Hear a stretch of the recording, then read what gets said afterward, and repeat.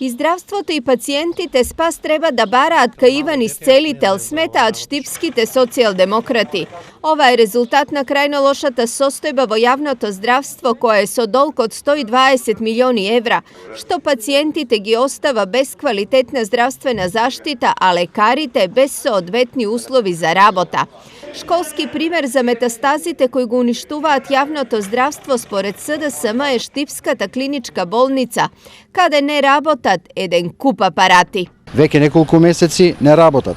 Апаратот за лапароскопска хирургија, апаратот за колоноскопија, апаратот за рентгенски снимања во болницата. Веќе неколку недели не работи компјутеризираната томографија во Штип. Од минатата недела во болницата нема ниту инсулин, со што на болните животот им е доведен во ризик. Наместо да го лекуваат болното здравство, Груевски и Тодоров се обидувале во јавноста да прикажат дека во болниците тече мед и млеко. Се е параван за неговите криминални активности, па дури и најскапоценото нешто за граѓаните, нивното здравје. Од друга страна, од клиничката болница тврдат дека апаратите се расипани поради преголема употреба, но наскоро тие ќе бидат ставени во функција.